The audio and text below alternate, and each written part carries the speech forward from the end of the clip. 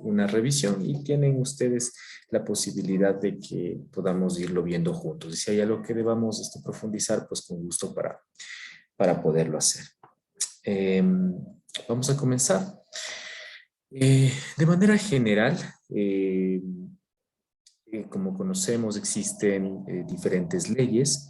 Estas están organizadas de acuerdo al ámbito de aplicación. Se organizan jerárquicamente. Por ejemplo, existen cuerpos legales que están en una división macro, como es la Constitución, como es el Código Orgánico Ambiental, el Reglamento ALCOA, algunos acuerdos ministeriales como el 061, el 109. Después estarían las normas de INE y las ordenanzas municipales. Sin embargo, para el sector minero existe, como es un régimen especial, tenemos una ley dedicada a la minería, que es la ley minera. Tenemos un reglamento ambiental de actividades mineras específico para este sector. Y esto es algo similar en lo que ocurre también en el sector petrolero, que si bien es cierto, estos sectores obedecen a los cuerpos normativos generales, tienen en este caso normas específicas para el cumplimiento de la parte ambiental. En el caso del sector minero, un reglamento bastante importante es el Reglamento Ambiental de Actividades Mineras. Lo vamos a ir revisando más hacia adelante. Vamos a ver un poco qué contiene, cuáles son los aspectos más importantes de este cuerpo legal. Igualmente, como todo tipo de proyecto o en la mayoría de industrias, en el sector minero también vamos a tener una gestión importante en lo que es el manejo de desechos, ¿sí? Peligrosos y no peligrosos. Igualmente vamos a revisar cuáles son las normas que se aplican para estos aspectos. Y de igual manera, el sector minero también está sujeto a la realización de monitoreos, de controles ambientales en sus descargas, en sus emisiones, y por ende también va a requerir que eventualmente se realicen monitoreos de suelo, agua y aire. Ya vamos a ir comentando este tema. Y una parte importante también son los procesos de participación ciudadana, que son los aspectos sociales que tienen los proyectos en el sector minero. Son aspectos muy importantes que deben ser manejados durante todas las fases. Igualmente, esto obedece al reglamento, al Código Orgánico del Ambiente. Todos estos aspectos ambientales y las actividades que deben realizar los proyectos y los proponentes están y deben estar estructurados bajo esta normativa que estamos observando en esta. En cuanto al reglamento del Código Orgánico del Ambiente, este presente reglamento desarrolla y estructura la normativa necesaria para dotar la aplicabilidad en lo dispuesto al Código Orgánico del Ambiente.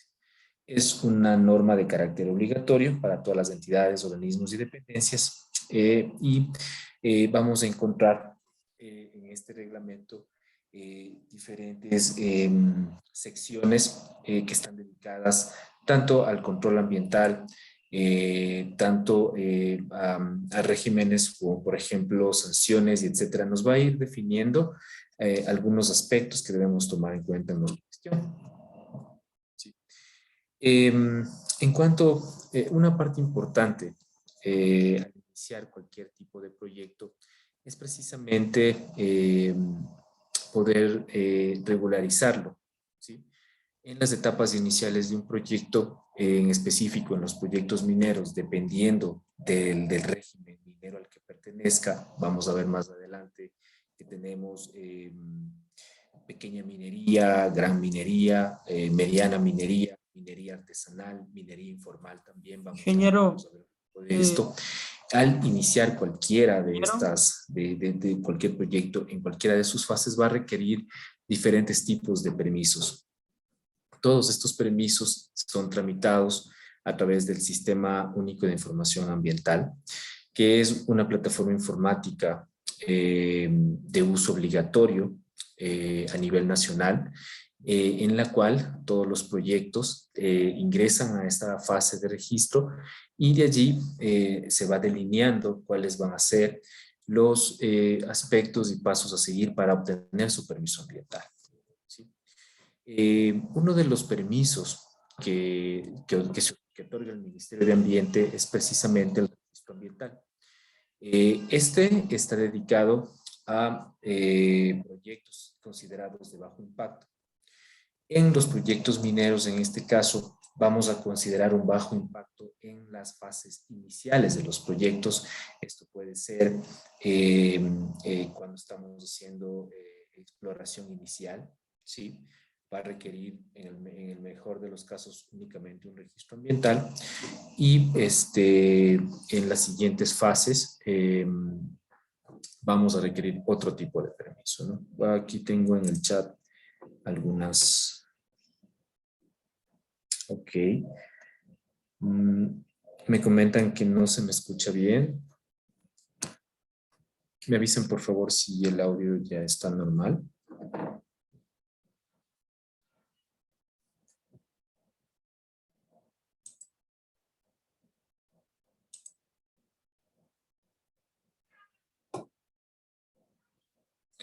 Ok, voy a ver si cambio mi micrófono, a ver si se puede escuchar de mejor manera. Un momento, por favor.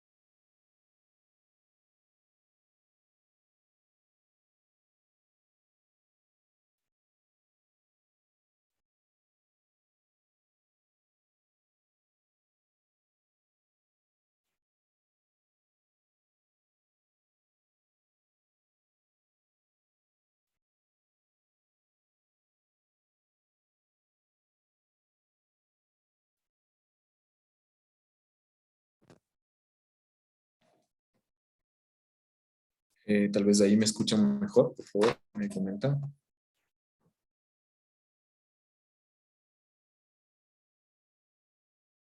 Ok, mil disculpas por este pequeño inconveniente. De acuerdo. Continuando con la presentación, estábamos conversando sobre el tema del registro ambiental.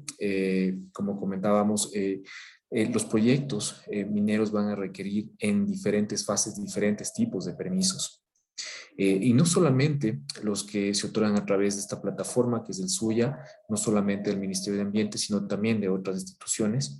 En específico, por ejemplo, del Ministerio de Energía de renovable y no renovable y recursos no renovables, por ejemplo, también va a requerir de ciertas autorizaciones.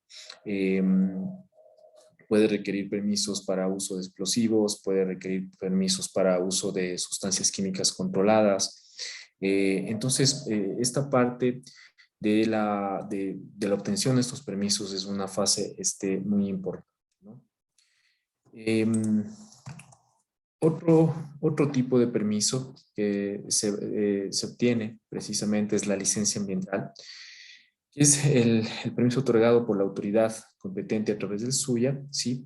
Y es igualmente de carácter obligatorio. La licencia ambiental va a ser necesaria el momento en que los proyectos mineros avancen en sus siguientes fases. Pasemos de la exploración inicial hacia otras fases como exploración avanzada, que ya va a requerir, por ejemplo, la instalación y ejecución de pozos de perforación para tomar muestras en las fases de explotación y también en la fase de cierre de un proyecto minero. De igual manera, en lo que es minería, pequeña minería, también se obtiene una licencia ambiental con la posibilidad de hacer exploración y explotación simultánea. Ya les voy a ir contando un poco más de esto más adelante.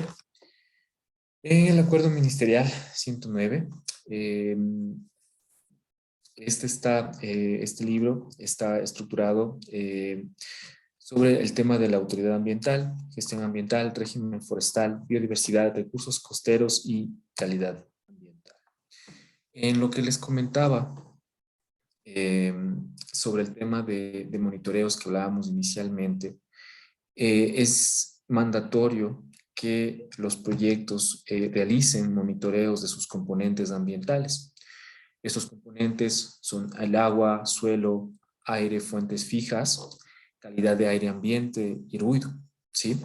Esto va a estar definido en el estudio de impacto ambiental y también en el plan de manejo ambiental va a estar indicándonos cuáles son los componentes que vamos a monitorear, cuáles son los parámetros que debemos monitorear, cuáles son los límites máximos permisibles que aplican para cada uno de los componentes y también nos va a definir con qué frecuencia nosotros vamos a monitorear cada uno de estos componentes. Para llegar a esa planificación, a esa definición del monitoreo, es necesario que se haya realizado la evaluación inicial, el estudio de impacto ambiental, donde ya se determina cuáles pueden ser nuestros impactos más significativos y cuáles son los componentes que pudieran verse afectados. En el acuerdo ministerial 097 nosotros vamos a encontrar precisamente varios aspectos sobre la metodología en la cual se deben realizar estos monitoreos. Nos va a explicar cuáles son los conceptos que se manejan.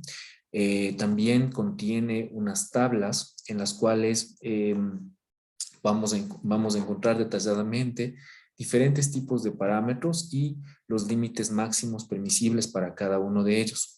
Por ejemplo, en el componente agua vamos a encontrar varias tablas que aplican en diferentes tipos de situaciones. El agua en sí puede utilizarse para diferentes tipos de actividades, por ejemplo, para uso agropecuario, para uso humano, ¿sí?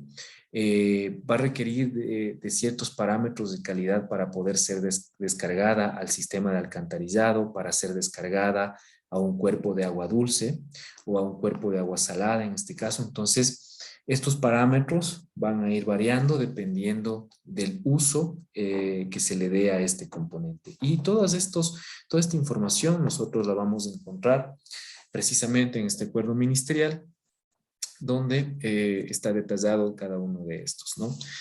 Como comenté, también me explica cuál es la metodología que yo debo seguir para el monitoreo. Por ejemplo, en el caso de suelo, nos indica cuántos puntos de monitoreo deben existir de acuerdo a la extensión de nuestro proyecto, ¿sí? De igual manera, esto se complementa en el estudio de impacto ambiental. Los técnicos o los evaluadores que en este caso participen del proyecto inicial, van a definir de acuerdo al tipo de operación y de acuerdo al tipo de impacto los parámetros que van a ser importantes medir en este componente. En lo que es fuentes fijas de combustión, está dedicado precisamente a aquellos equipos, maquinaria. Esto incluye hornos, ¿sí? En los cuales yo voy a utilizar diferentes tipos de combustibles, principalmente combustibles fósiles, pueden ser gas, puede ser carbón, Puede ser diésel, puede ser nafta, puede ser diferentes formas. Y estos, por su potencia calorífica, van a necesitar ser monitoreados de acuerdo a la frecuencia que nos indique en el estudio. En lo que es calidad de aire y ambiente, se va a evaluar principalmente la emisión o la polución que puede tener el aire en este caso por la incidencia de la operación del proyecto. Se mide principalmente material particulado, ¿sí? Y, y también otro tipo de gases en este caso. Y esto nos va a dar una idea de cuál es la afectación que puede tener un proyecto en el aire, ¿no? Y también el ruido. Existen fuentes de ruido en los proyectos. Por ejemplo, en la parte minera, eh, para la fase de exploración avanzada, por ejemplo, es necesario el uso de taladros, es necesario la instalación de generadores portátiles, es necesario la instalación de bombas y otros equipos que van a permitir realizar la operación. Estos, sin embargo, deben ser monitoreados y cumplir con las especificaciones que se nos indica en este acuerdo. ¿Sí? En el caso de ruido, va a estar condicionado el monitoreo de acuerdo al uso de suelo del sitio. Por ejemplo, no es lo mismo un área residencial que un área natural, pues los límites permisibles en un área residencial van a ser mucho más bajos, pues yo voy a tener afectación directa a las personas, y en sitios remotos, en sitios donde no tengo viviendas o no tengo otro tipo de receptores que pudieran resultar sensibles como personas, animales, los límites de pronto pueden ser un poco más tolerables, ¿no? Sin embargo, la contaminación que puede generar el ruido también es algo que en todo proyecto debemos monitorear. Esto es lo interesante en la parte de minería, porque todos estos componentes van a estar siendo parte de la operación. En casi todos los proyectos vamos a tener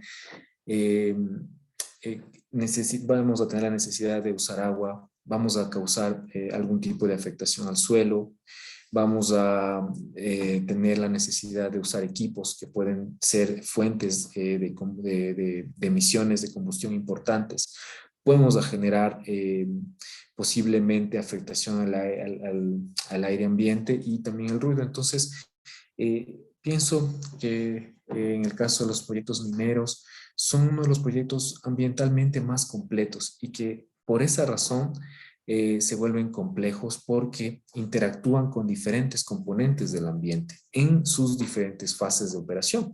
Por eso también es importante que nosotros conozcamos cuáles son esas fases operativas, cuál es la forma en la que se realizan las actividades, para que a partir de ese entendimiento nosotros podamos hacer una mejor interpretación de los estudios, podamos aplicar de mejor manera las normas, podamos cumplir con la ley y también generar estrategias que me permitan reducir la afectación a cada uno de estos componentes.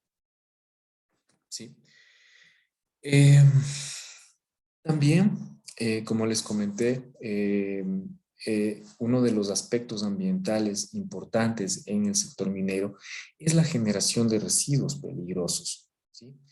Estos residuos se denominan de esta manera porque dentro de su composición pueden tener características radioactivas, de riesgo biológico, pueden ser tóxicas, pueden ser inflamables, pueden tener diferentes características físicas o químicas que pueden generar afectación a las personas o al medio ambiente. Entonces, para una mejor clasificación y una mejor gestión, el Ministerio de Ambiente ha emitido este acuerdo ministerial 142, donde tiene identificadas las sustancias catalogadas como peligrosas, ¿no? Y estas están organizadas en 3 anexos y a partir de allí pues se puede identificar si en nuestro proyecto vamos a tener presentes alguno de estas sustancias o residuos peligrosos. Una parte importante, como se menciona aquí, es el anexo A, referente al listado de sustancias peligrosas, y el anexo B y C. El anexo B es dedicado únicamente a los residuos. Pensemos un poco en cómo una sustancia ingresa a un proceso, ¿sí? Para convertirse en lo posterior en un residuo peligroso. Muchos de los procesos industriales van a requerir la entrada de insumos, de sustancias, y después del proceso para obtener el producto que necesitamos, va a generar residuos. Entonces, estos están identificados en este anexo y tienen una codificación que nos va a permitir identificarlos y gestionarlos en lo posterior. Para mantener un control de la generación de los residuos peligrosos, el Ministerio de Ambiente solicita a que los proyectos que dentro de su proceso generen este tipo de materiales se califiquen ante el ministerio, obtengan un registro de generador de residuos peligrosos, y en lo posterior este registro me va a solicitar varios requisitos legales que cumplir. Como es, por ejemplo, que los residuos vayan con un gestor ambiental calificado, que anualmente debamos elaborar una declaración ambiental anual, declaración de generación anual, donde yo voy a llevar una contabilidad, voy a llevar un inventario de cantidades de mis desechos. Igualmente es importante y que solicita este registro y nos solicita la ley, es que yo tengo que hacerme responsable de los desechos desde que los genero hasta que tengan su disposición final. Es lo que se denomina de la cuna a la tumba. Es responsabilidad del generador mantener el seguimiento y conocer cómo sus residuos se están gestionando y si estos se están gestionando adecuadamente. Y todo esto se hace a través de un control documental. Como mencioné, es la declaración. Se emiten también manifiestos únicos en los cuales al momento de la entrega de un desecho hacia un gestor, este va a firmar este documento que constituye como una guía de quién lo envía, quién lo está recibiendo y hacia dónde se va. Entonces, básicamente es eso. Ahora, una parte importante en esto y que ahora está tomando bastante relevancia es precisamente qué estrategias están desarrollando las empresas. Perdón, tengo una consulta de Sandra, dice, ¿y quién regula a los gestores o cuál es el reglamento que los regula a ellos?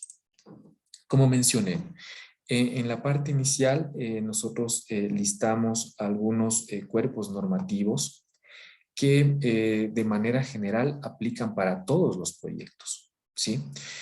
Los gestores ambientales también deben obtener una licencia ambiental en la cual el ministerio le otorga el permiso para poder manejar este tipo de sustancias. Ellos deben hacer un estudio de impacto ambiental, deben tener un plan de manejo ambiental y estar sujetos a auditorías tal cual lo hacen los demás proyectos. Sin embargo, estos tienen la particularidad de generar desechos. Ahora, para que ¿cuál es la complejidad, digamos, o cómo se diferencian este tipo de proyectos de otros?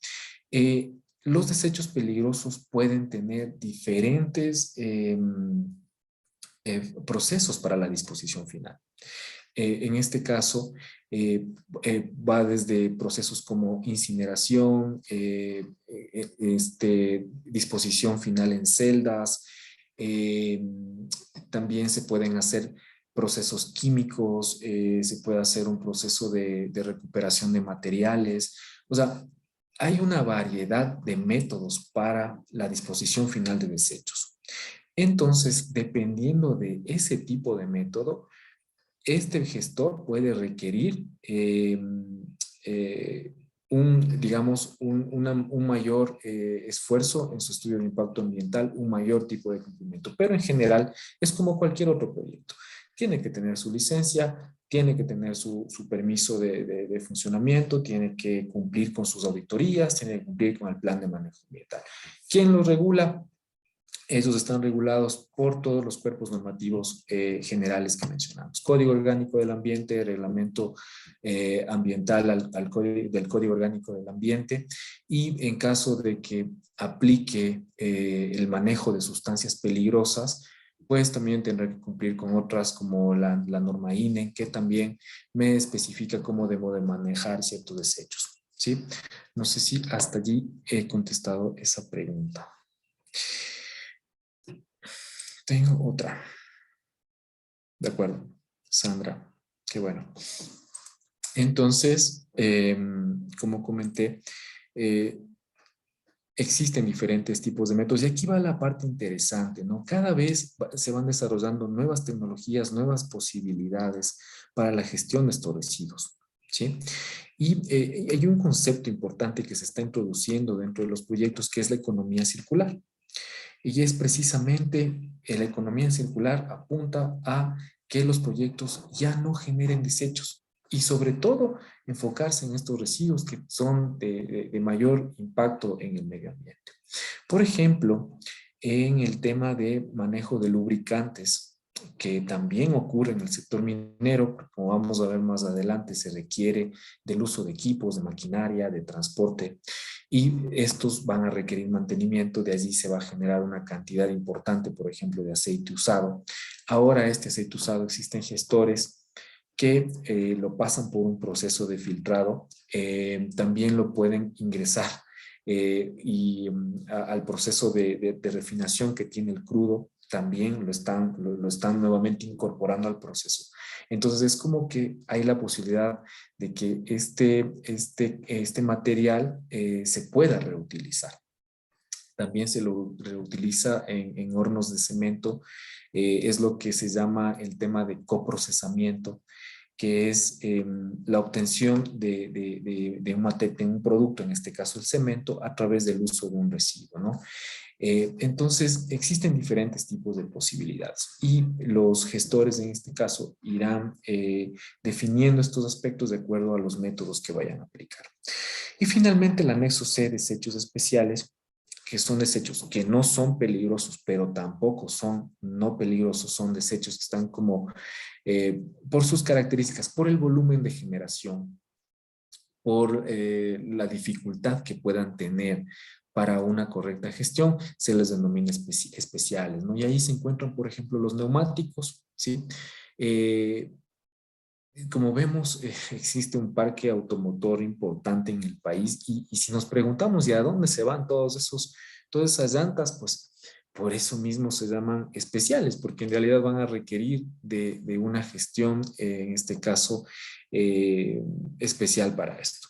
Ahora, sé que hay varias posibilidades para los neumáticos, solamente lo comento. Eh, Algunos los vuelven a refabricar, los usados, los vuelven a recomponer, se llama el reencauche.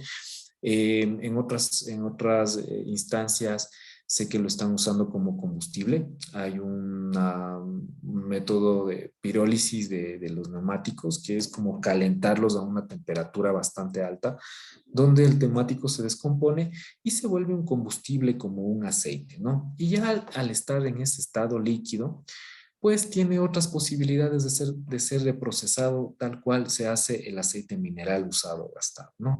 Entonces, por esa razón es que se denominan especiales, ¿no?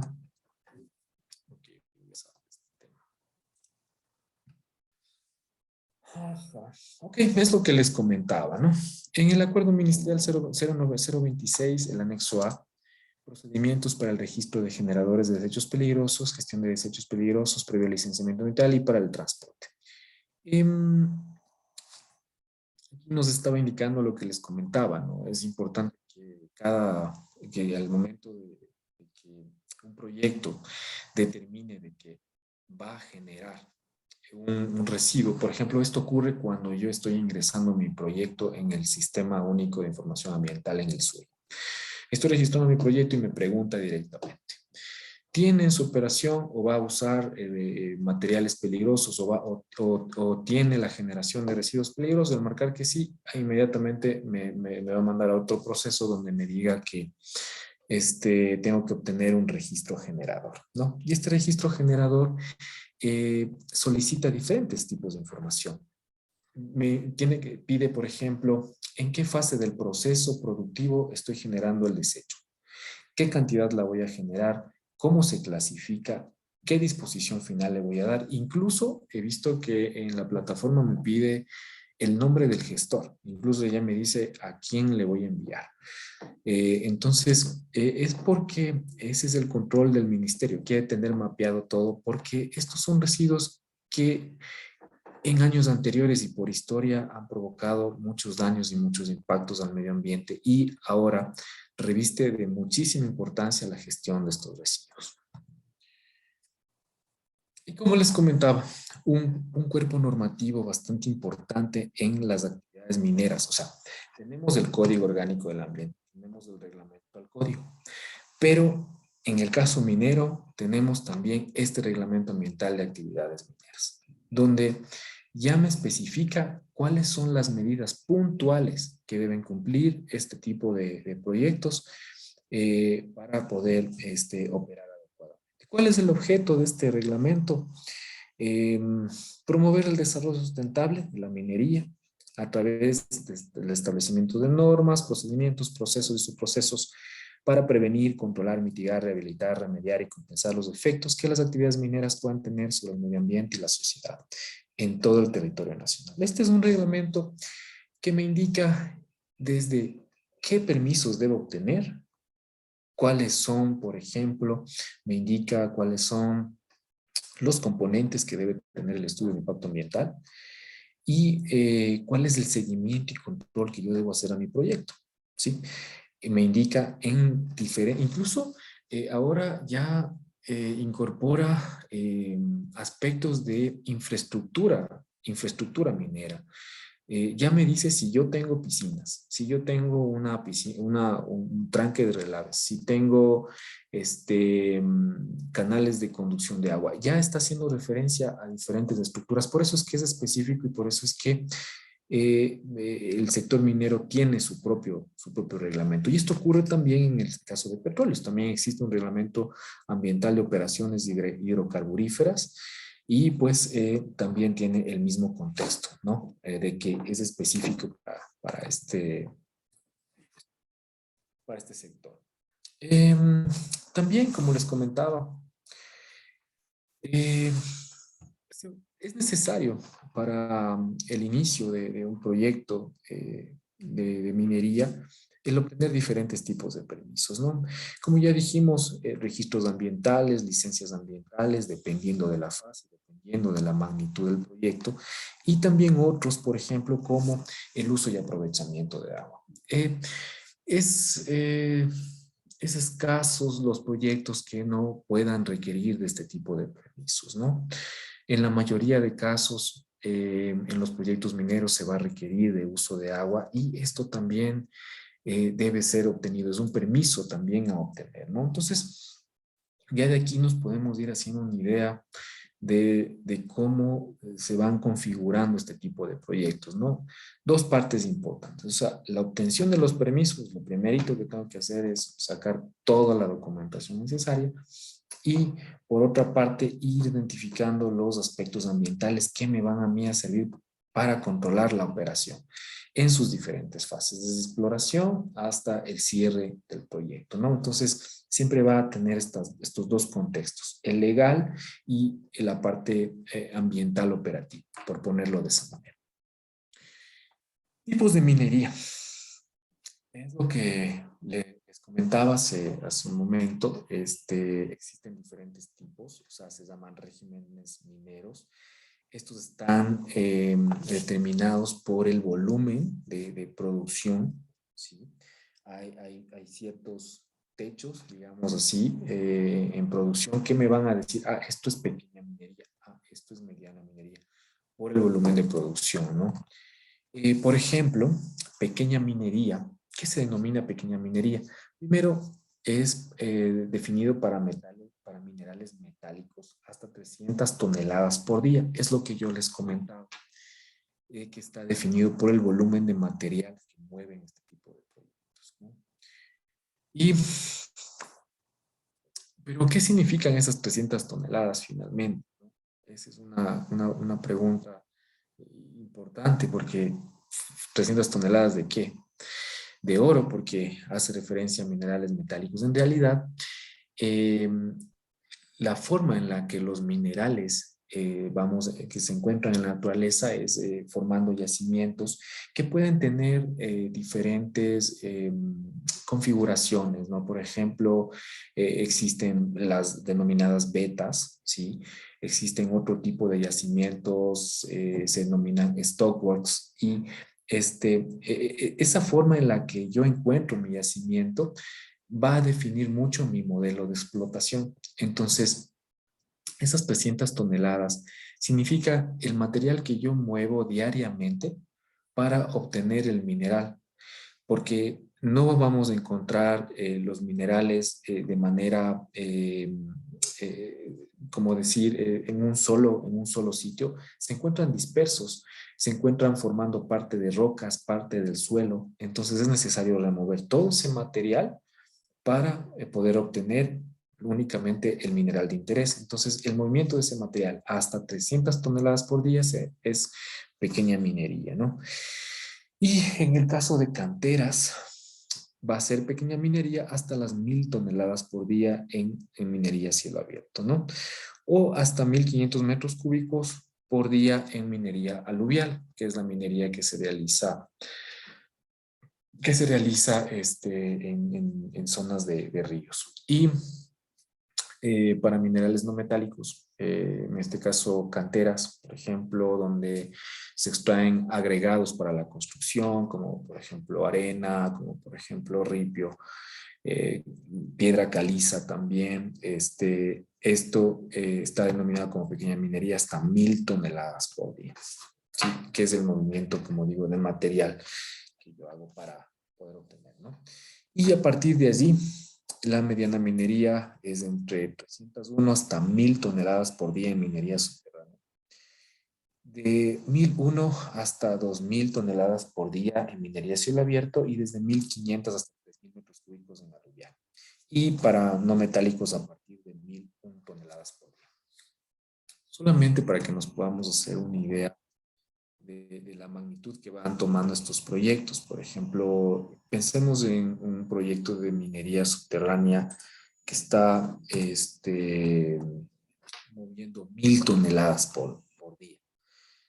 Para mover ese volumen de material, o sea, lleguemos a imaginarnos cuáles son los equipos y dispositivos que dispone para mover esa cantidad.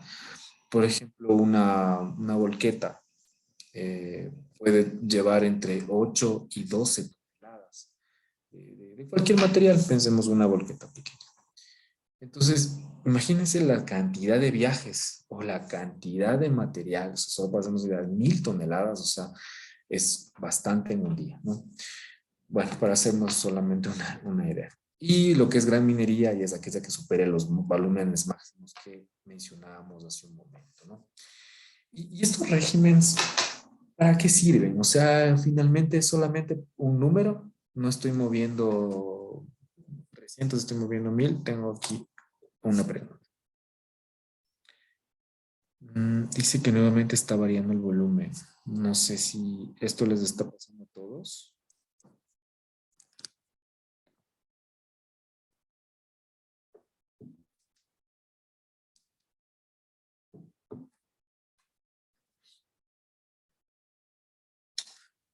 Um, bueno, puede ser un tema del internet. Me comentan si ahorita se normalizó. Si no, voy a ver qué puedo cambiar en este asunto.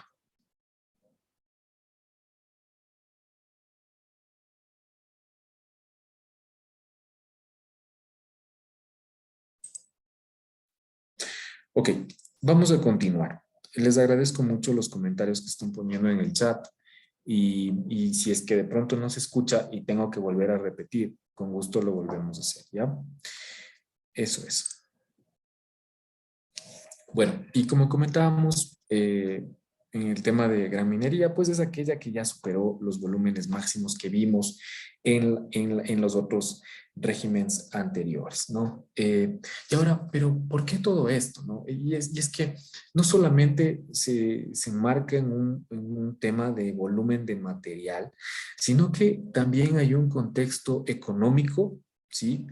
Hay un contexto ambiental también que va a variar de un régimen a otro, ¿sí? No con eso vayamos a pensar que la pequeña minería contamina menos y la gran minería va a contaminar más. En ocasiones puede ser lo contrario, porque depende mucho del tipo de mineralización, va a depender mucho del tipo de explotación y va a depender muchísimo de los controles que yo esté aplicando. Entonces, es este contexto que tiene que estar bastante claro. Pero lo que sí, la gran minería va a tener digamos que un mayor número de requisitos y de variables que debe manejar versus la pequeña y mediana y gran minería. Solamente por poner un ejemplo en permisos, en gran minería, al momento de que inicia la fase inicial, yo necesito un registro ambiental para la exploración inicial, que son muestras de suelos, y yo ya requiero una licencia desde la exploración avanzada, voy a requerir una licencia de operación, ¿sí? Lo que no ocurre con la pequeña minería. En la pequeña minería yo voy a sacar un solo permiso, que es la licencia ambiental, y puedo hacer las dos cosas. Puedo hacer exploración y explotación simultánea de minerales. Eso no puede hacer la gran minería. Necesita cumplirse fase por fase. Para empezar la operación, una vez que la empresa o el proyecto ha finalizado su fase de exploración avanzada, ha finalizado, allí tiene que sacar otro permiso. Normalmente estos proyectos tienen que esperar un tiempo a obtener el permiso de operación, de licencia de operación, para continuar con sus actividades, ¿no? Entonces son un poco las diferencias, ¿no? Un poco para que no nos enmarquen solamente cantidades, porque esto tiene que ver muchísimo. Y como digo, como técnicos en este sentido, tenemos que tener bastante claridad en estas cosas. No vayamos a pensar que porque es pequeño o porque es grande el uno contamina más o menos. Depende de muchas variables. Ok, vamos a continuar. Como mencionaba hace un momento, para pequeña minería se pueden licenciar fases simultáneas de exploración y explotación y beneficio de minerales. O sea, estos proyectos, por ser un volumen pequeño, eh, van a obtener un solo permiso, ¿sí? Y pueden hacer esto simultáneamente. Conforme avanza la explotación, van haciendo exploración en otras zonas, ¿sí? Porque son proyectos pequeños que no tienen una planificación lo suficientemente completa para que puedan prever dónde se encuentran los minerales, puedan prever, puedan planificar con anticipación. Normalmente son proyectos que viven al día, ¿no? Entonces, por esa razón es que toma este contexto, ¿no? Y como digo, depende muchísimo del tipo de mineralización, del tipo de método que estén utilizando, si es minería subterránea, si lo abierto. De allí van a derivar la complejidad de los impactos que yo tenga que manejar, ¿no? ¿Y qué ocurre con las canteras, no? O sea, esta parte también es importante diferenciar minería de metálicos y no metálicos. En los metálicos está toda la minería que tiene que ver con oro, cobre, que son los principales. Y en temas de materiales no metálicos, principalmente se encuentran materiales de construcción, ¿no? Agregados, arcillas, yeso, por ejemplo, la misma caliza, arena ferrosa, o sea que son diferentes tipos de materiales que se utilizan en diferentes tipos de industrias. Ok. Y mm, una parte importante en los proyectos de gran minería sobre todo, y bueno, desde los pequeños también, ¿no? Normalmente vamos a encontrar que los proyectos mineros se desarrollan en sitios remotos, ¿sí? Sean de pequeña, de mediana o gran minería, normalmente están en sitios remotos, ¿no? Porque en realidad sería un poco ilógico pensar que va a haber un proyecto al lado de una ciudad. De hecho, eso legalmente no es posible. Entonces, siempre van a estar lejos de ciudades, de comunidades. Bueno, no en todos los casos, pero va a requerir de campamentos para la vivienda de trabajadores, operadores y personal que requiere el proyecto, ¿no? Y esto también, por eso decía hace un rato, que la minería son proyectos de los más completos en la parte de gestión ambiental. Yo voy a tener ahí de todo. O sea, desde temas de manejo de aguas, de residuos peligrosos, plantas de tratamiento de aguas, generación de polvo, etcétera, de cosas. Y además de eso, es como que tuviera una mini ciudad que tengo que administrar y tengo que gestionar los residuos y gestionar el agua también. Entonces, esto es un poco el tema del contexto de los campamentos y claro, dentro de la normativa, pues hay diferentes aspectos que me va a pedir que sean manejados, ¿no? Por ejemplo, debe tener un abastecimiento de agua adecuado, por supuesto, o sea, debe cumplir con las normas INEN de calidad de agua, con el acuerdo ministerial 097 que hablábamos hace un momento, y hay una tabla dedicada para el consumo de agua. Debe tener un sistema de tratamiento de aguas negras y grises, y también debe hacer un manejo y disposición final de desechos sólidos peligrosos y no peligrosos. Y como vemos en la foto, la mayoría de estos campamentos y facilidades van a estar armados de manera muy, ¿qué se puede decir? No son viviendas definitivas, son temporales. Normalmente se usan materiales como metales, plásticos, o sea, y de diversos tipos, porque no se utiliza hormigón, por ejemplo. No vamos a encontrar campamentos de hormigón, salvo en algunos lugares, pero la mayoría van a ser estos materiales, porque cuando el proyecto finalice, una de las actividades que tiene que hacer la empresa es cerrar, hacer el plan de cierre, y es mucho más fácil retirar esto y recuperar el área, ¿no? Ok, un poco comentarles lo que es el certificado de intersección y por qué cobra relevancia este certificado en los proyectos. Esto es algo bastante importante, ¿no? Por ejemplo, ocurre cuando un proyecto minero o una concesión minera está cerca de un área protegida, ¿sí? Cerca de un área que consta dentro del Sistema Nacional de Áreas Protegidas. Y aquí va el tema del certificado de intersección, que es un documento que me dice dónde está ubicado mi proyecto y si mi proyecto está dentro o en los límites del Sistema Nacional de Áreas Protegidas. Porque cuando esto ocurre, eh, el proyecto en sí pierde viabilidad. El momento que una concesión está dentro del sistema, pierde viabilidad del proyecto. ¿Por qué? Porque ahí, y de acuerdo a la normativa, el Ministerio de Ambiente se reserva la decisión de no otorgar la licencia, ¿sí?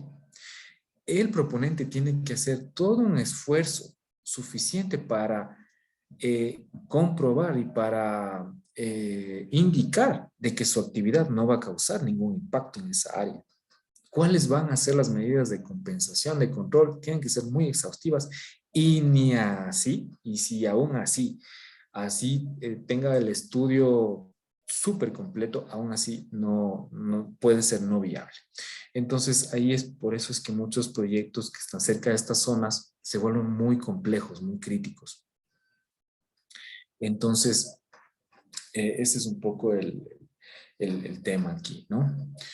En el caso de que el derecho minero tenga intersección, como mencionaba, con bosques y vegetación protectores o el patrimonio forestal del Estado, el titular minero, previo al inicio del proceso de licenciamiento ambiental, deberá solicitar a la Dirección Nacional Forestal del Ministerio del Ambiente la certificación de viabilidad ambiental. Aquí está lo que les estaba comentando.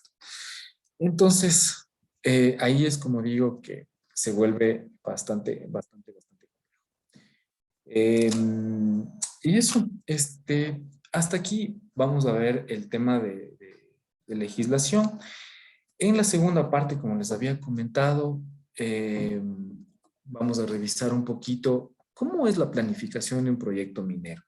Creo que eso es un tema que va a resultarles bastante interesante ver cómo se hacen las operaciones, cómo se hace la planificación y esto les va a dar un mejor entendimiento de cómo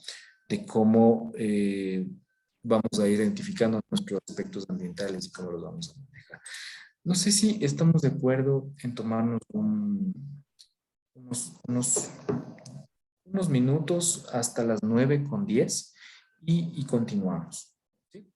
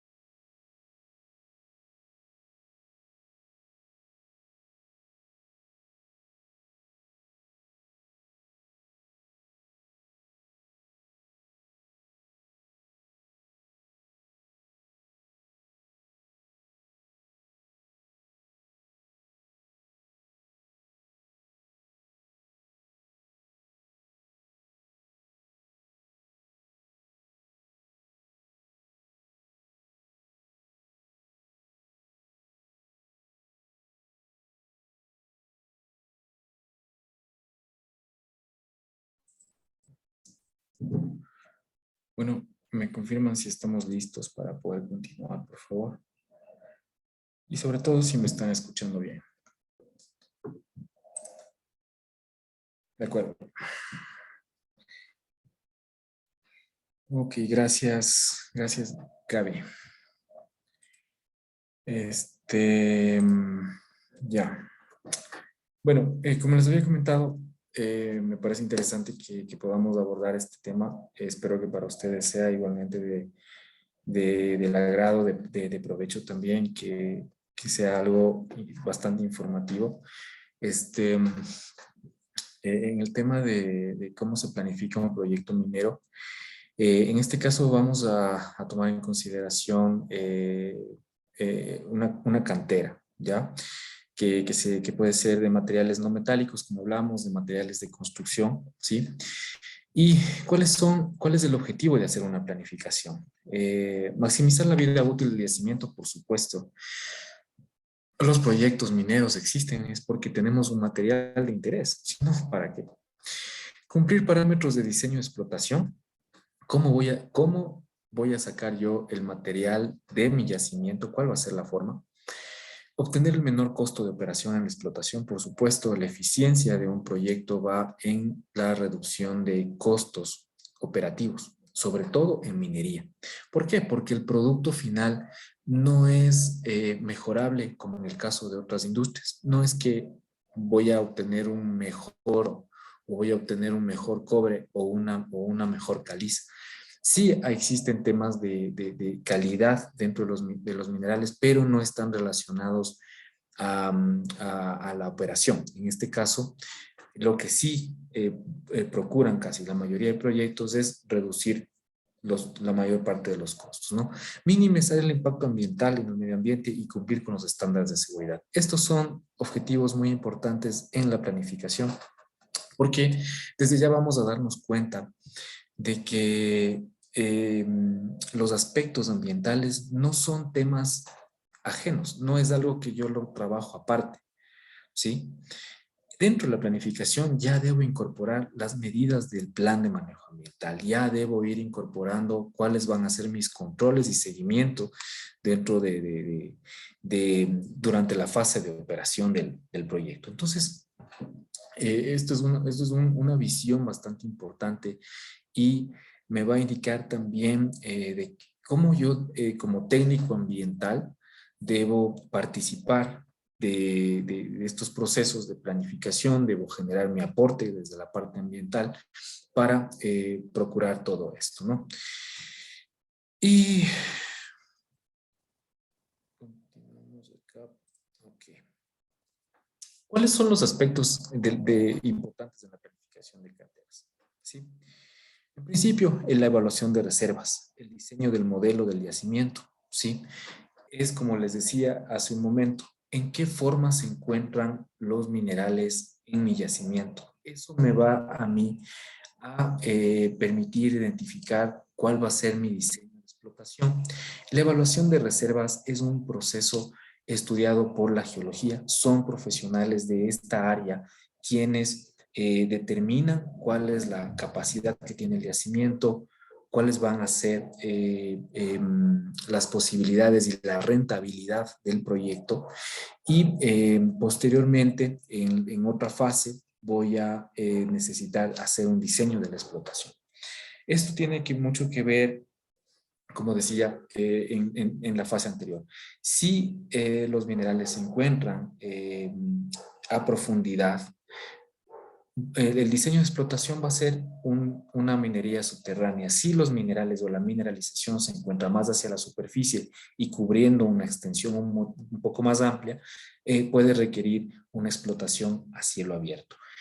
El diseño de explotación ya es un indicador y un parámetro de la complejidad que va a tener mi proyecto en el desempeño ambiental y de lo que yo voy a requerir y los controles que yo voy a requerir para esos dos casos. Por ejemplo, en el caso de cielo abierto, eh, va a requerir una mayor remoción del área de vegetación, si, dependiendo de cómo esté la zona de manera inicial.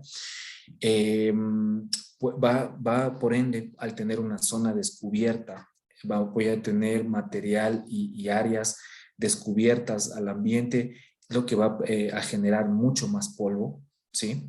Al ambiente. Entonces, ya desde el diseño, yo ya me voy dando cuenta cuáles son los aspectos ambientales que voy a tener que manejar.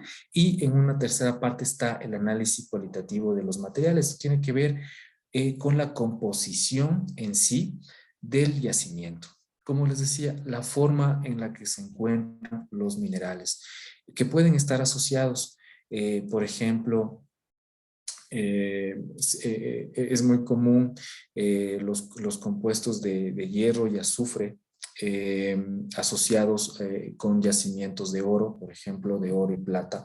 Pueden existir todos estos metales y todos estos componentes en el yacimiento. Entonces es importante también la química del yacimiento. ¿Por qué? Porque de allí también se van a desprender aspectos ambientales que nosotros vamos a tener que manejar. En caso de que nosotros tengamos, por ejemplo, la presencia de minerales sulfurados en el yacimiento, va a indicarme de que va a existir un riesgo de generación de drenaje ácido. El momento en que el yacimiento está al descubierto, a la intemperie, y tengo el contacto con otros elementos como el agua a través de la lluvia, ¿sí? El oxígeno del aire igualmente, va a comenzar a generar procesos químicos en la geología del yacimiento. Pueden generarse procesos de oxidación, de oxidorreducción, lo que va a transformar estos compuestos iniciales en compuestos mucho más de mayor impacto en el medio ambiente, ¿no? Y en el caso del drenaje ácido es precisamente la generación de ácido a partir de este tipo de componentes. Entonces, estos tres aspectos ya me están definiendo cuáles son los aspectos ambientales que voy a tener que manejar.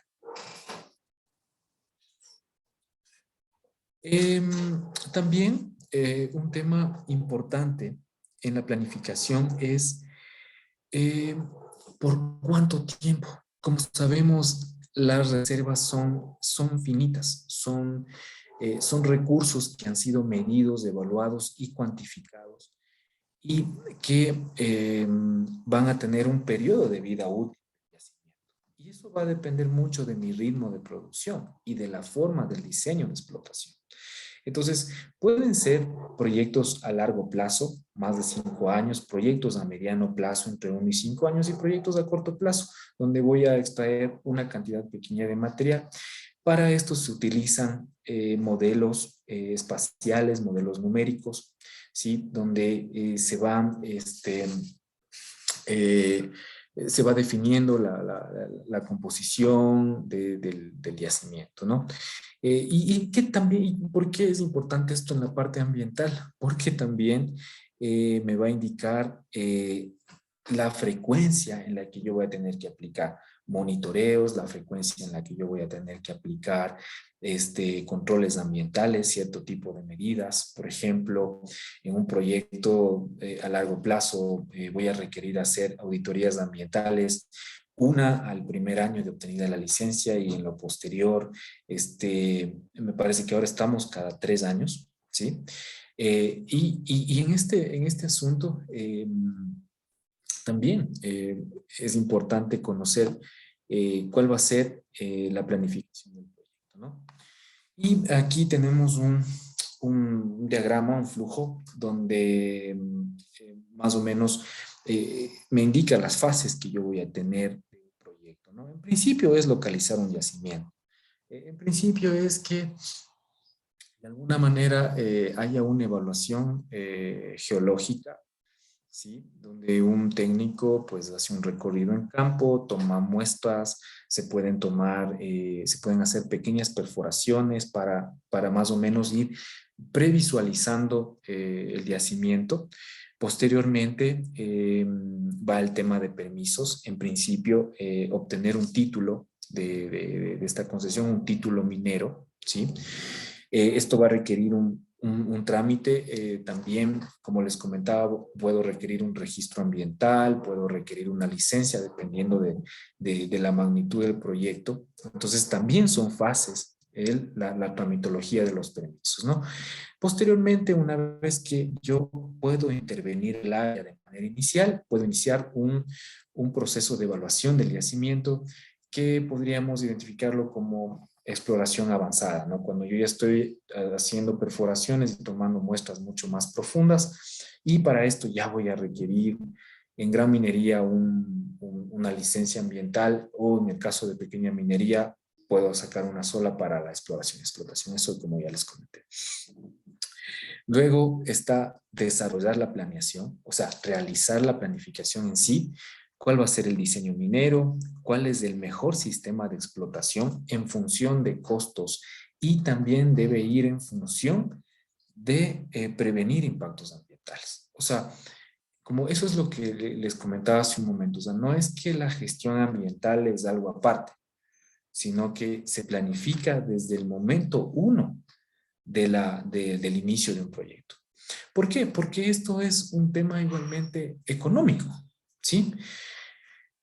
Los proyectos mineros están sujetos a diversos permisos. Si uno de esos permisos no se obtiene o no se cumple con lo que allí dice, existe una revocatoria del permiso y el proyecto queda paralizado. Y como sabemos, en proyectos de gran minería, por ejemplo, la inversión económica inicial es bastante importante. Entonces, desde el diseño mismo de la mina, tienen que ir previendo cuáles van a ser los controles que yo voy a tener que aplicar, cuánto me va a costar manejar ese proyecto ambientalmente correcto, digamos así. Luego viene ya en sí la explotación.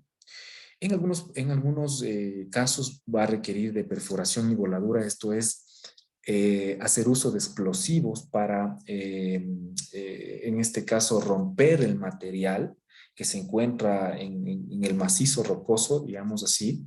No siempre voy a requerir perforación y voladura. Existe también otra técnica que se llama de arranque, que es cuando el material que estoy obteniendo de la cantera no es tan competente, no es un material tan duro, que raspando con la maquinaria y equipos, o sea, se lo saca y no hace necesidad de hacer perforación. Luego viene la fase de carguillo y transporte. Normalmente se lo transporta en volquetes, existen bañeras, dampers, existen diferentes tipos de vehículos para esto. Y esa es la manera en la que se mueve todo el material. ¿Se acuerdan hace un momento que veíamos cuáles son los tipos de regímenes mineros y hablábamos de cuántas toneladas se mueven para que sea uno u otro? Entonces, de igual manera, eh, vamos aquí en esta fase pues a requerir una parte importante de transporte. Y posteriormente yo voy a necesitar procesar ese material de manera inicial. Existen diferentes métodos para esto. Puede requerir una trituración primaria, puede requerir un tratamiento químico, puede requerir el uso de bandas transportadoras, o sea, es variable el asunto, ¿no? Y como les comentaba, la exploración, todo comienza con la exploración y esto tiene como objetivo determinar si una zona concreta presenta posibilidades de que exista un tipo determinado de yacimiento mineral. Es un trabajo tanto de campo como de gabinete, ¿no? Se revisan fotografías aéreas, imágenes satelitales, como les comentaba también, se pueden tomar muestras de suelos, y así, o sea, todo comienza, va fase a fase, ¿no? Se va analizando primero qué información tengo preexistente y posteriormente voy avanzando en las siguientes fases, ¿no? De esta primera fase se van a emitir datos de cartografía, por ejemplo, donde yo ya voy a ir modelando cómo está mi terreno, cuál es la topografía del terreno, dónde está ubicado, ¿sí? Cuál es el tipo de geología y qué componentes tiene ese suelo, esa roca, en qué profundidad se encuentra. Ya más o menos se va delineando todos estos aspectos. En el caso de, puedo encontrarme diferentes tipos de estructuras al momento de analizar un yacimiento, ¿sí? Esta es una información más de tipo geológico, ¿sí? Ya tiende a describir en qué forma se encuentran las estructuras geológicas, ¿sí?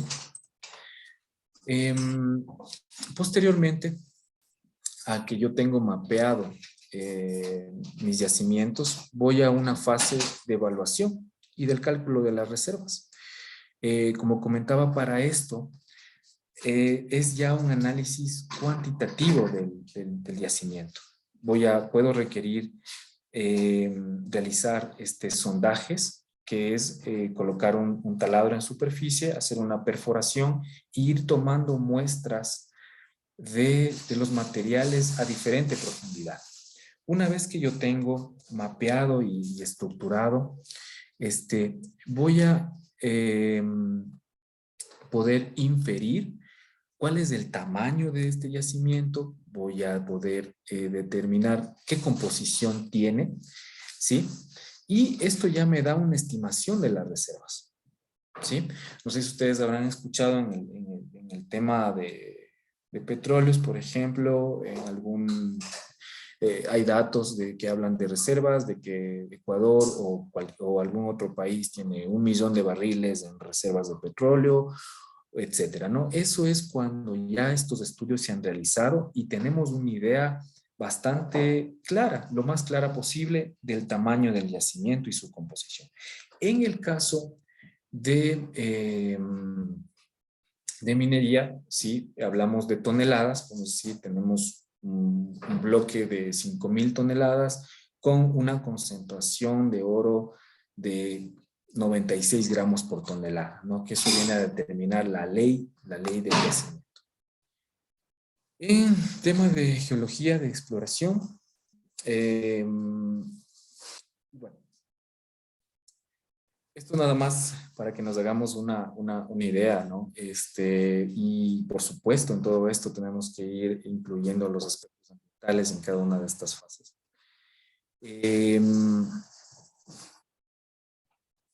En temas de geología y exploración, el contacto geológico son límites litológicos y estructurales de una determinada unidad.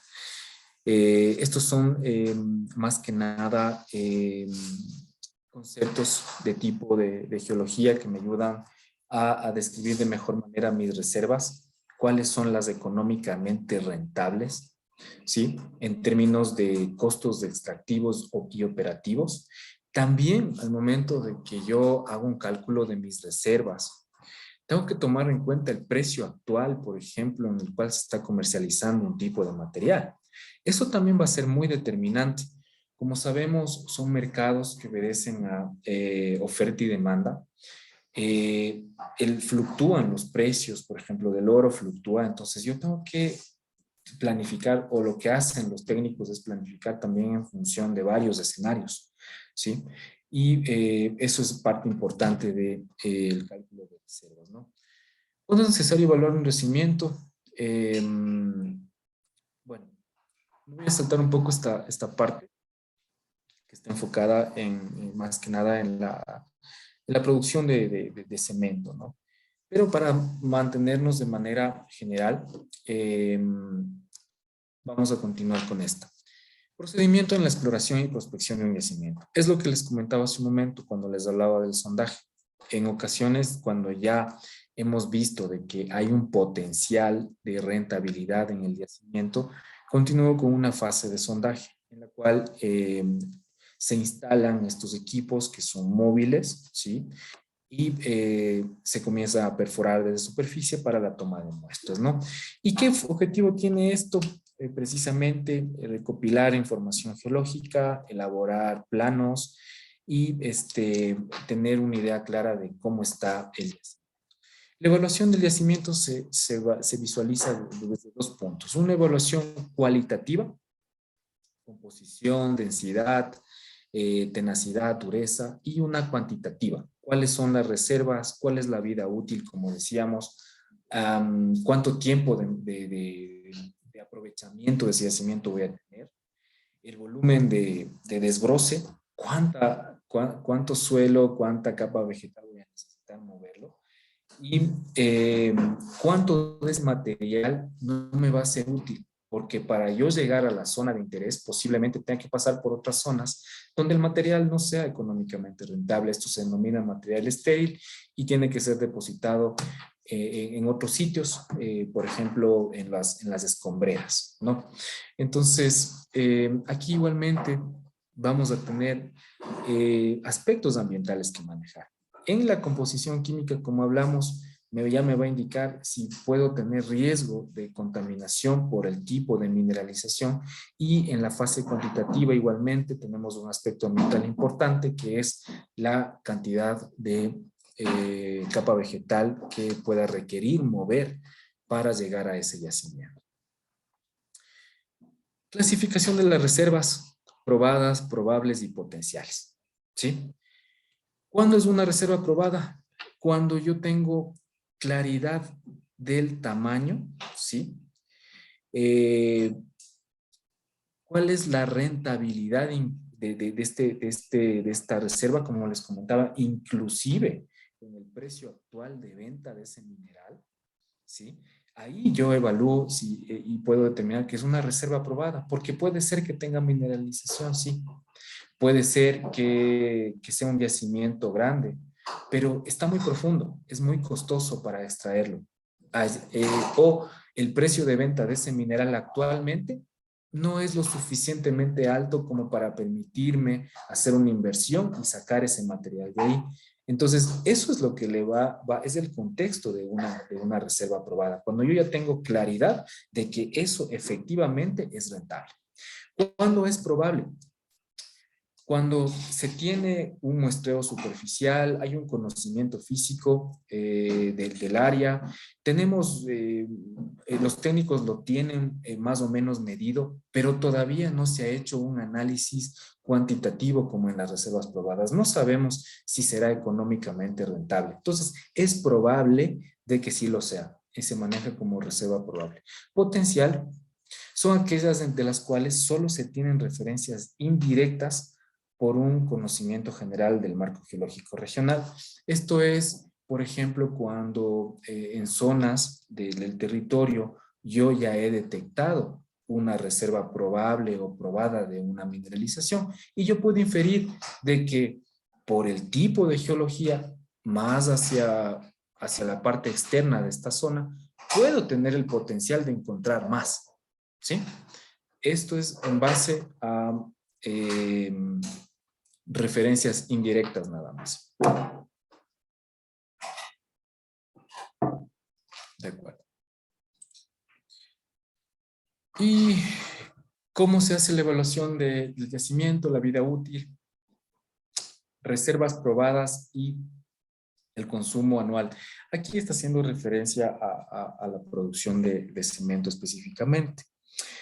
Sin embargo, la vida útil va de la mayoría o en general de los proyectos es las reservas probadas que yo tengo versus el ritmo de explotación de mi modelo, del modelo de explotación que he elegido. ¿Cuánto voy a poder procesar? Por ejemplo, lo que hablábamos, si tenemos un proyecto de pequeña minería, son 300 toneladas día que se mueve, y yo en mis reservas probadas tengo 1000 toneladas, ya me puedo hacer una idea de cuál va a ser mi vida útil. Entonces, a eso va enfocado.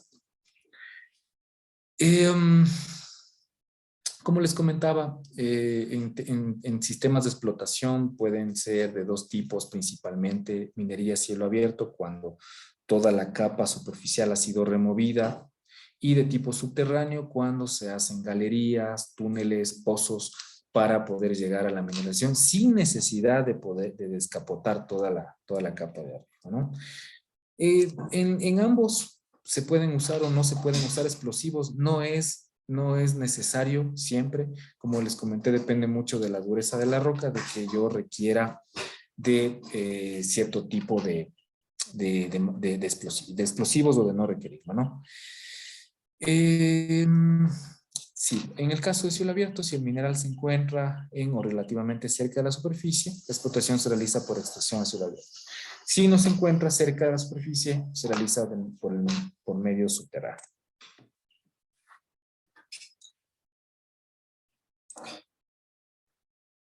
En planeación de la explotación. Un buen plan de minado debe ser diseñado en términos generales para toda la vida útil del yacimiento, desarrollando una estrategia de producción que permita un suministro constante en cantidad, calidad y costo. Por supuesto, una fase muy importante de todo proyecto es la planificación, ¿sí? Tener mapeado cuál es el tamaño del yacimiento, cuál es mi método, cuáles son mis costos, ¿sí? Y dentro de esto, ir incorporando los aspectos ambientales que yo voy a tener que manejar. Si voy a requerir remover una capa de suelo orgánico, si voy a requerir remover la cobertura vegetal, tengo un río, tengo una quebrada que está atravesando el proyecto, todos esos son aspectos y que implican costos, ¿sí? Por eso es que cuando se realizan los estudios ambientales, los estudios de impacto ambiental y se genera el plan de manejo, se genera un cronograma y presupuesto para el plan de manejo, porque todas las medidas van a requerir de un costo para ser implementadas. Y esto debe ir dentro de la planificación del proyecto. ¿Por qué? Porque en el caso de que no se prevean estos costos y el momento en el que haya la ocurrencia de un daño ambiental, haya la ocurrencia o la determinación de que está existiendo un impacto y la empresa o proyecto tenga que compensar esos gastos y no lo tenga contemplado dentro de su producción, ahí es donde pueden ocurrir temas de incumplimientos, temas de cierre del proyecto, lo cual eso no resulta en ocasiones tan bueno. Porque ¿qué es lo que ocurre? Un proyecto puede ser cerrado, dejar de producir y después no va a generar los ingresos como para poder cubrir los gastos del daño, ¿sí? Entonces, ese es un tema bastante sensible, por eso es que las autoridades y las instituciones del Estado se enfocan muchísimo en la planificación de la explotación, porque desde allí ya se va a tener mapeado cuáles son los posibles riesgos que tenga que manejar ese proyecto, incluidos los ambientales. Secuencias de actividades para iniciar una explotación en una cantera. En principio, la parte de geología, que inicia con el levantamiento topográfico, datos químicos y físicos, la interpretación geológica. En tema de consignas, tiene mucho que ver con sistemas de control de calidad. ¿Cómo voy a controlar la calidad del mineral que estoy extrayendo?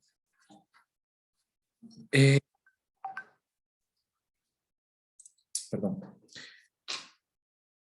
Selección de equipo en tema de inversión, parámetros de explotación, personal, costos de inversión, planeación. Aquí, en esta fase, yo ya debo conocer cuáles van a ser mis costos para explotar eso. Cuánta maquinaria, cuántas personas y cuánto voy a necesitar para remover todo ese material y que sea económicamente rentable. Y, por supuesto, después iría al tema de las reservas. ¿Cuáles son mis reservas probadas? ¿Cuánto tengo? ¿Y cuál va a ser el diseño, en este caso, del Tajo? Cuando estamos hablando de minería a cielo abierto, se hace un diseño del open pit, en este caso, de, del diámetro que va a tener esta sección que yo voy a cortar para poder acceder a los minerales, ¿no? Y cuál va a ser la secuencia de explotación, qué es lo que voy a hacer primero, si voy a requerir explosivos, si voy a requerir perforación, qué tan competente es la roca, todos estos aspectos se van evaluando en esta fase. Ok. ¿Cuáles son los componentes en el diseño de una cantera? Es muy importante y esto también es un tema que me parece que está muy relacionado al tema de seguridad industrial y también de ambiente, es precisamente las formas en las cuales se van conservando los taludes al momento de hacer una explotación a cielo abierto. ¿Por qué? En este caso, siempre se debe considerar los aspectos técnicos. Tiene que ser un profesional del área de geotecnia quien haga la evaluación de la estabilidad, ¿sí? Quien determine cuáles van a ser la altura máxima, cuál va a ser el ancho, cuál va a ser por dónde van a ir los accesos, etcétera. Todos esos aspectos son muy importantes de irlos manejando. Y esto es importante en la parte ambiental porque me va a dar una idea de dónde debo ubicar yo canales para captación, por ejemplo, de aguas de escorrentía, ¿sí?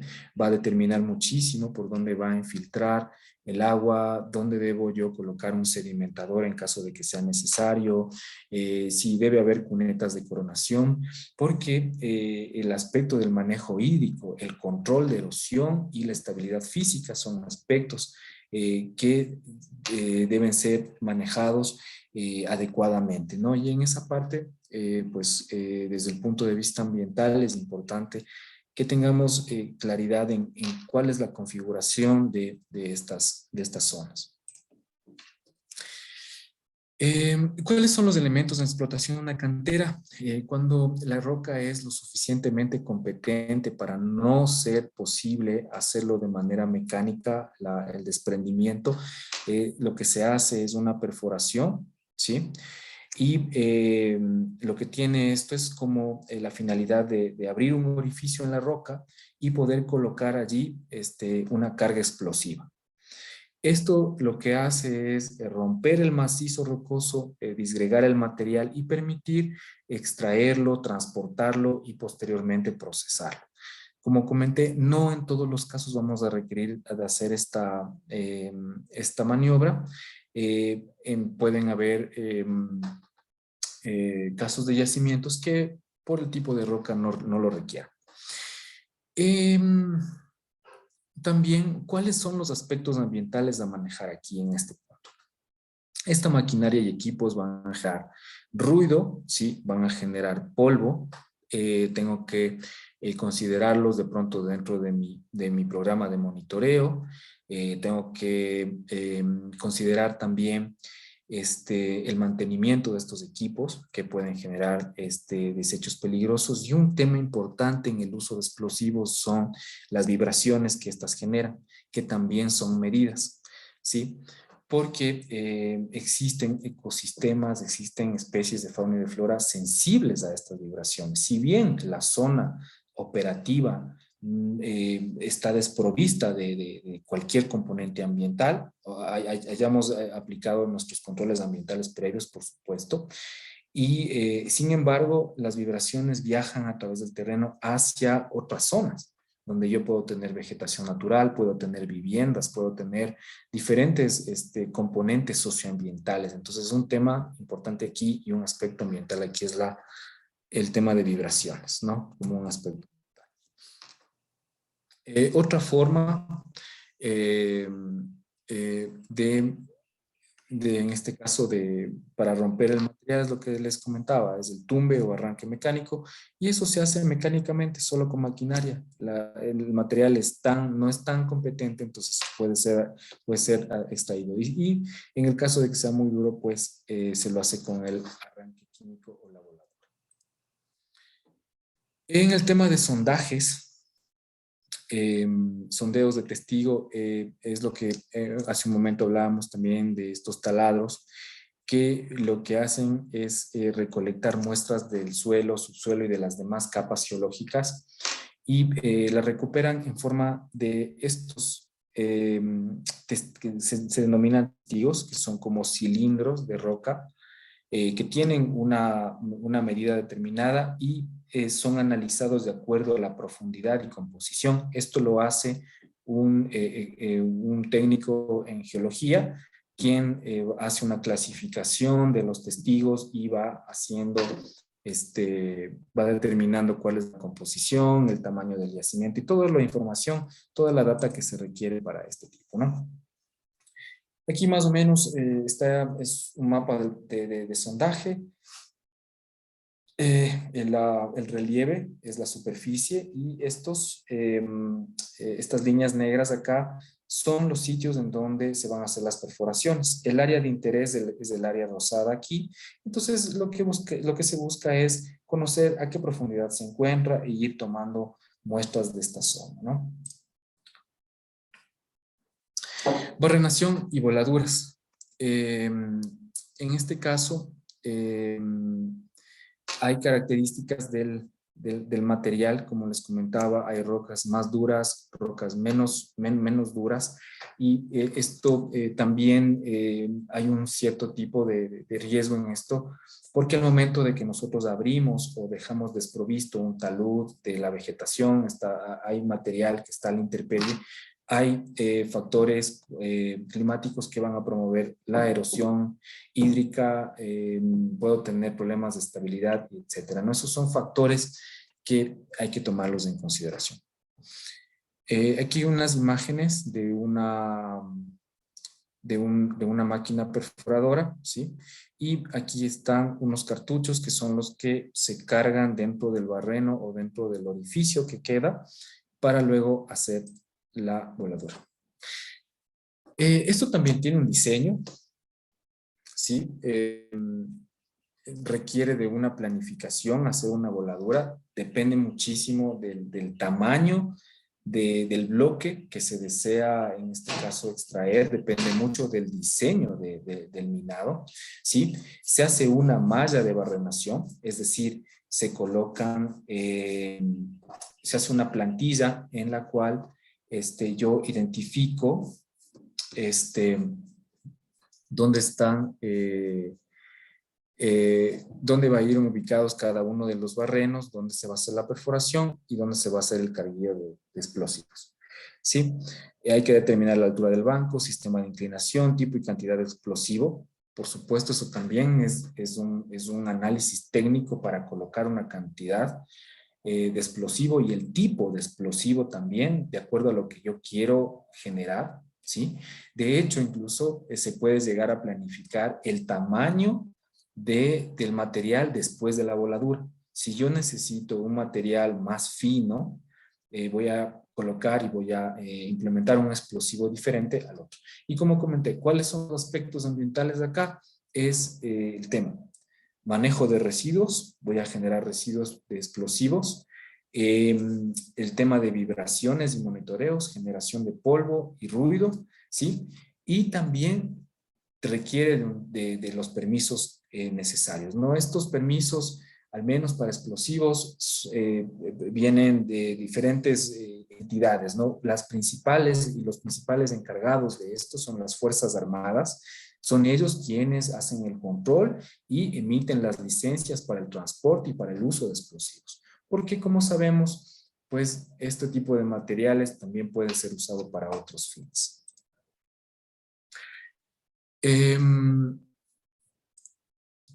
Y como les contaba en un inicio, hay diferentes tipos de maquinaria y equipos para el transporte del material, para mover toda esa cantidad de toneladas, como cuando hablábamos de si es pequeña minería o mediana minería, pues requiere de equipos grandes para poderlos mover. Y estos son cargadores, camiones de volteo, retroexcavadoras, y todo va a depender también del tipo de cantera, del tipo de material. De hecho, incluso hasta estos equipos vienen diseñados para ciertos tipos de terrenos, ¿sí? Incluso las llantas son específicas para cuando tengo rocas muy duras, para cuando tengo mucha arcilla y el camión se resbala. O sea, es todo un diseño, porque todos esos aspectos van enfocados en la eficiencia del proyecto, en la rentabilidad del mismo proyecto. ¿Y por qué esto también es importante entenderlo desde el punto de vista ambiental? Porque todos estos equipos igualmente van a requerir del manejo de residuos, van a requerir mantenimiento, y es importante que nosotros tengamos mapeado todos estos aspectos. De hecho, en el estudio de impacto ambiental me va a preguntar cuántas cargadoras voy a tener, cuántos equipos de volteo, si voy a tener un patio de maniobras, si voy a tener un taller de mantenimiento, dónde voy a poner los residuos. Entonces, como vemos, en la parte ambiental es muy importante que nos vayamos inmiscuyendo en todos estos aspectos, los vayamos entendiendo, porque a partir de allí nos van a permitir tomar decisiones, y de igual manera mucha de la evidencia que posteriormente nos piden las entidades de control, en los informes trimestrales, en las auditorías, proviene de la operación, ¿sí? Entonces, sí es importante que nosotros conozcamos todos estos aspectos para poderlos manejar adecuadamente. No sé, hasta aquí, ¿alguien tiene alguna pregunta? Me gustaría saber qué les ha parecido este tema, si les ha sido de provecho. Y pues pueden escribir sus mensajes o si alguien se anima a hablar también, pues bienvenido.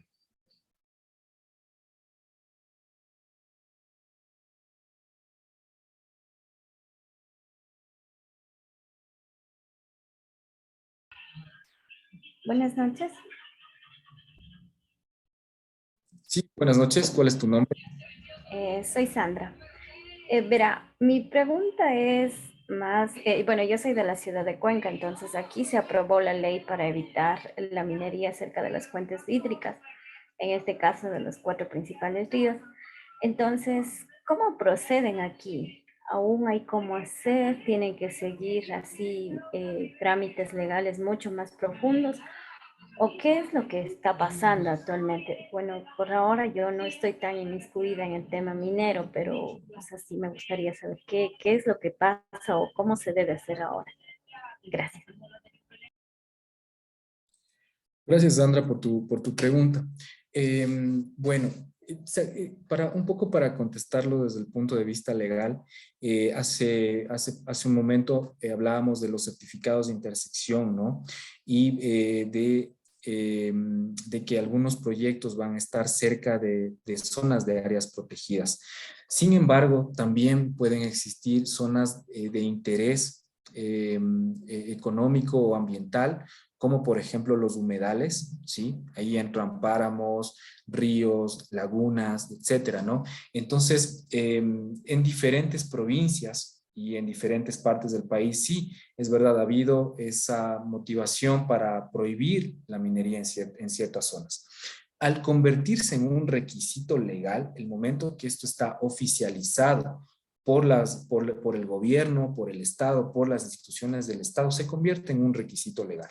Entonces, es muy difícil que si ya esto es mandatorio y está inscrito en el registro oficial, es muy difícil que eso se pueda pasar por alto, ¿sí?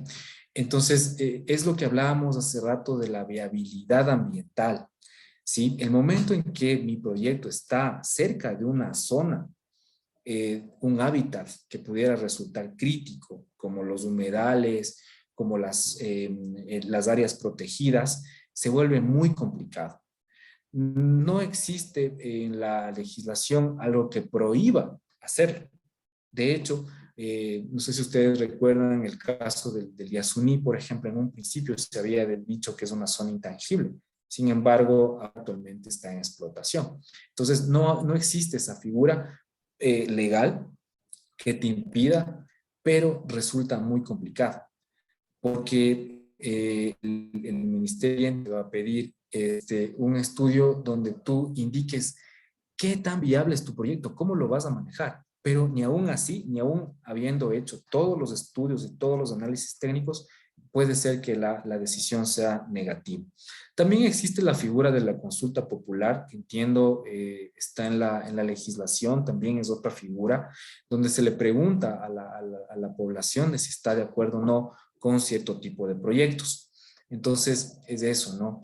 Y pues, claro, todo proyecto genera impactos al medio ambiente, todo tipo de industrias, no solamente la industria minera. De hecho, una de las principales problemáticas en la conservación de humedales, de ríos, de lagunas, de páramos, es el avance de la frontera agrícola. Ese es uno de los principales actividades económicas que ha ido degenerando más los ecosistemas, ¿sí? Ahí es donde, según estudios que ha hecho el mismo Ministerio de Ambiente, eh, estudios internacionales de igual manera han visto como una problemática la falta de ordenamiento territorial en ese sentido, en el que la frontera agrícola avanza sin una planificación, sin una previsión y va destruyendo más estos ecosistemas. Entonces, ese es el contexto, como comento, creo que la parte central de la pregunta de Sandra es que si esto ya es un requisito legal, es muy complicado que se haga. ¿Sí? ¿Alguien más tiene alguna pregunta? Sí, buenas noches. Yo tengo una pregunta.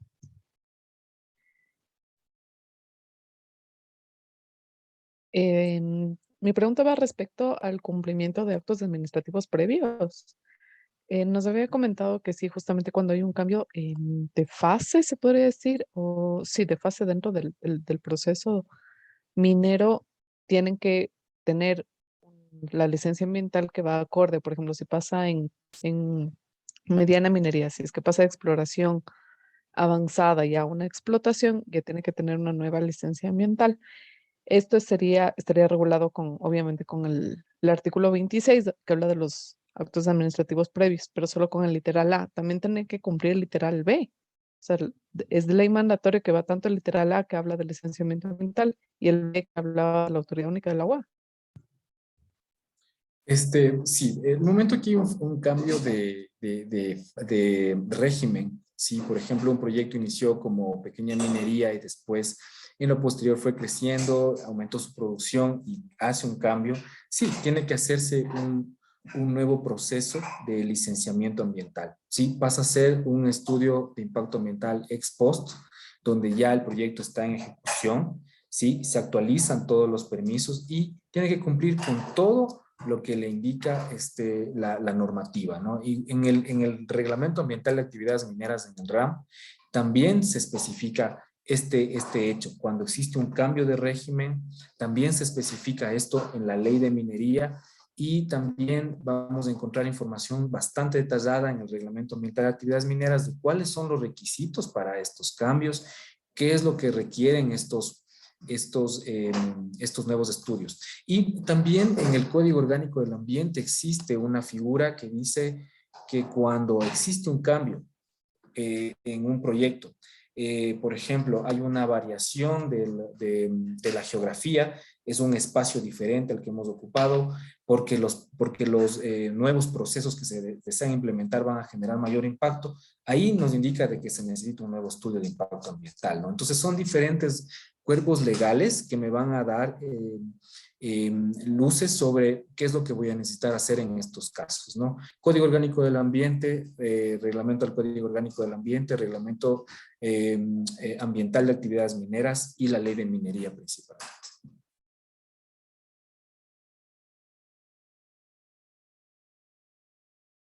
Ya, solo una duda. ¿Eso es tanto en cambio de régimen como en cambio de fase? Porque hay una confusión y es justamente la confusión que tenía en el artículo 26. Es, para cambio de régimen, sí, totalmente de acuerdo, pero para cambio de fase, por ejemplo, si paso de exploración avanzada a explotación, tengo que sacar una nueva licencia y un nuevo acto administrativo de la Autoridad Única del Agua.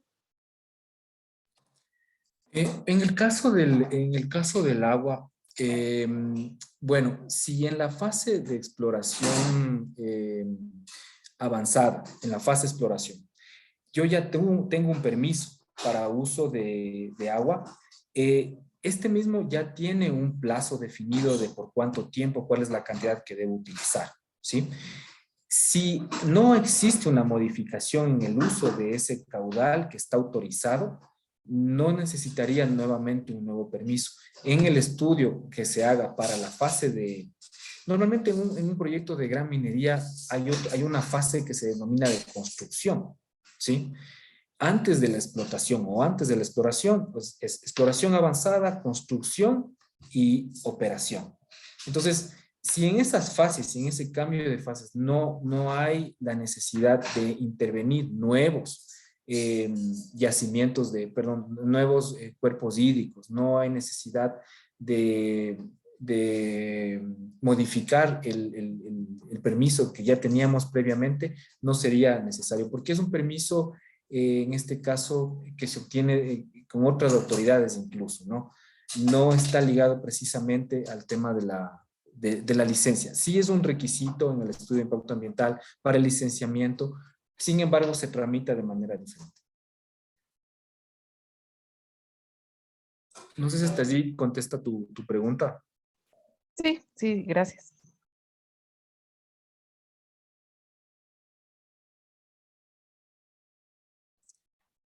Eso es. ¿Alguien más?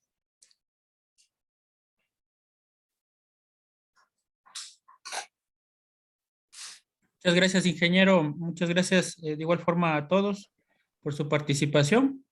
Vamos a dar por finalizado el curso el día de hoy, reiterando el agradecimiento al ingeniero Eduardo Gudiño por su ayuda, ¿no?, en el presente curso. Por favor, como les mencioné al comienzo del curso, no van a tener que rendir la evaluación para obtener el certificado, sino que directamente nosotros nos encargaremos de gestionar su certificado y les comunicaremos el próximo viernes. Esto solamente es para este curso de control ambiental en el sector petrolero y minero. En el curso de fiscalización ambiental ya les facilitaremos la información el día domingo que finaliza el curso. Eso nada más, agradecerles de nuevo, como digo, por su ayuda, por su participación también en el curso. Y pues nos vemos el día de mañana con las personas que están todavía en el curso de fiscalización. Cualquier información la comunicaremos a través de lo que es el número de WhatsApp y también lo que es el grupo de WhatsApp. Una buena noche a todos. Inge, perdón, una Gracias, consulta. Inge, ¿sí? oye Inge, disculpe, ¿de pronto nos puede compartir por favor esta presentación? Le estaba buscando en la plataforma, pero no la encontré. Claro que sí, sí, ya conversamos con Rodrigo para ver cómo les hacemos llegar, ¿ya? Ah, ya listo, gracias.